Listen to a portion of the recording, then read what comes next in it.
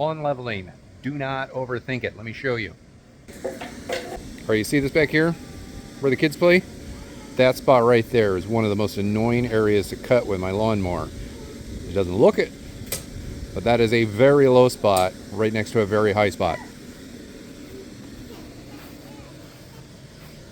I'm standing in a low spot. There's a high spot. Look at this. It's constantly getting scalped right there. Nothing here hardly ever gets cut. And now we're back up again. This is just like a trough.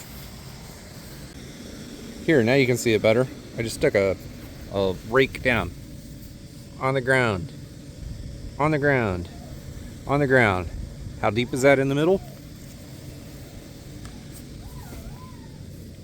It's like 4 inches, maybe 3.5. 3.5 inches. That's the elevation change from there to there and then back up to there. Fertilize it heavy, cut it all the way down to the dirt, and just fill it up. Just cover up that low spot with dry stuff. It could be sand, it could be dirt, it could be coffee grind. I don't know what it is. Just make sure it's dry. That way everything grows right up through it.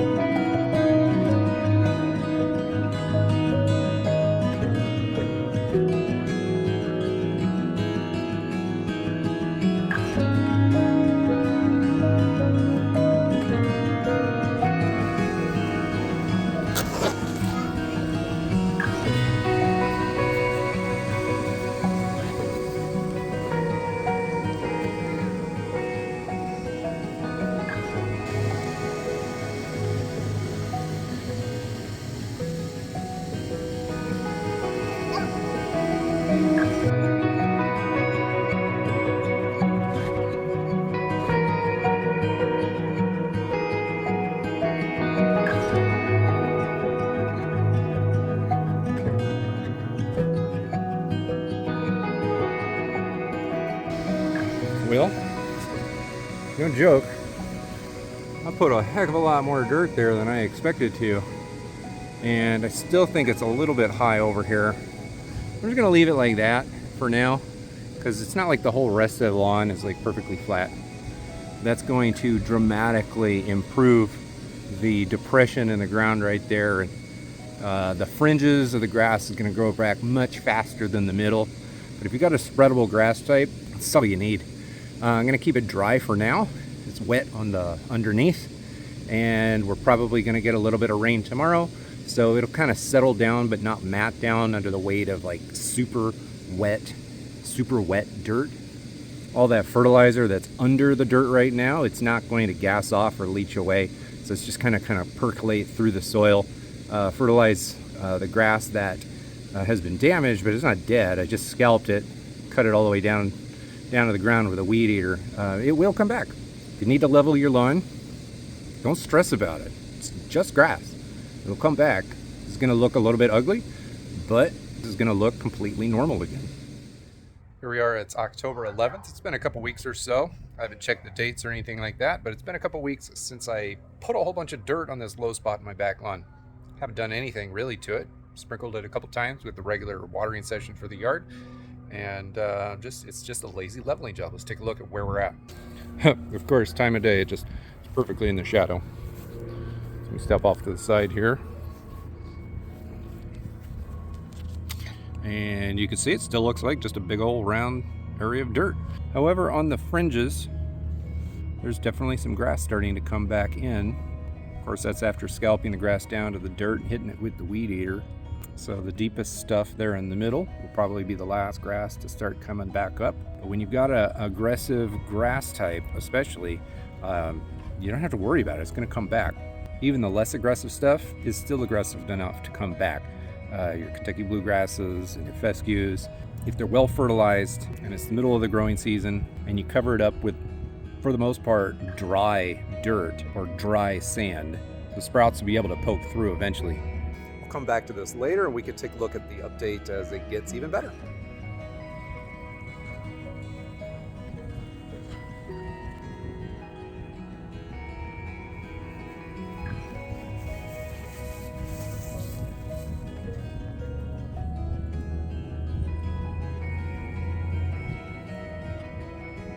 We are November 8th. Let's go take a look at the spot. You see it over there? It's almost blending in already. Look at this. This is with no care whatsoever. I just ran the mower over it to kind of polish it up and make it look pretty for the camera, if you know what I mean. But it's almost covered in. This kikuyu grass is aggressive enough that it just blasts through everything. I've given this basically no extra water, very little water over the past month. Certainly it's gotten some. I've run the sprinkler a couple times. But it just comes through and look at this. You see that? Just tillers out, or it stolen coniferous growth. It comes out. Here's one about ready to go that way. This one's about ready to go that way. That one's about ready to go this way. So this whole plant right here is about ready to branch in all directions. Same thing with this one. All of these are. It ain't gonna be long now before this covers all the way in. All right, with that said, I'll just let this keep growing. Prune back my plants over there, cut them like severely. I'd say 80%. There it is right there. It's gotta go into the brown bin. I'm full. Check back in later. This leveling project is nearly done, and I do not lose sleep over it. Although I can tell right now there's ever so slightly a depression still. So I'll probably come back a little bit later and either lower this area through some excessive core aeration, or I'll top dress this area with a little bit of extra sand, or I'll just forget about it, because eventually all of this grass, I'm going to let it grow tall. The taller the grass is, the less important these low spots are. Today's day 49, 7 weeks if you can't do elementary school math. Back there is the spot that I leveled, and I mostly forgot about it for all 49 days, with the exception of the handful of days that I documented it in this video. There was a couple days in there I didn't film. I hand plucked a couple weeds that had come up in the spot, but let's go take a look at it. Look at that. It doesn't really stick out. Granted, it's in the shadow right now, but it's getting close. We've got good grass. It's thin, but it's all there.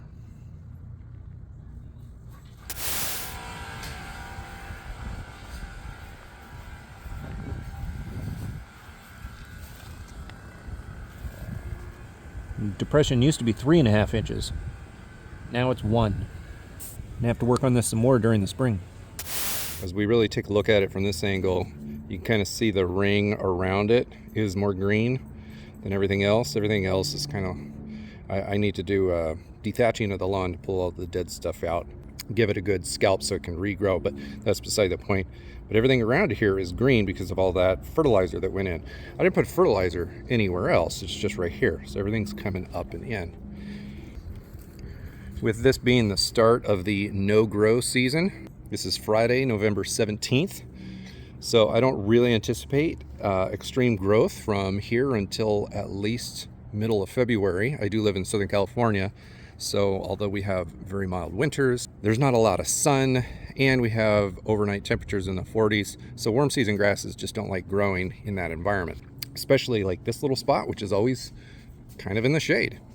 If this was a perennial rye or a tall fescue or some other non-spreadable clumping grass type, I'd probably consider doing a light overseed.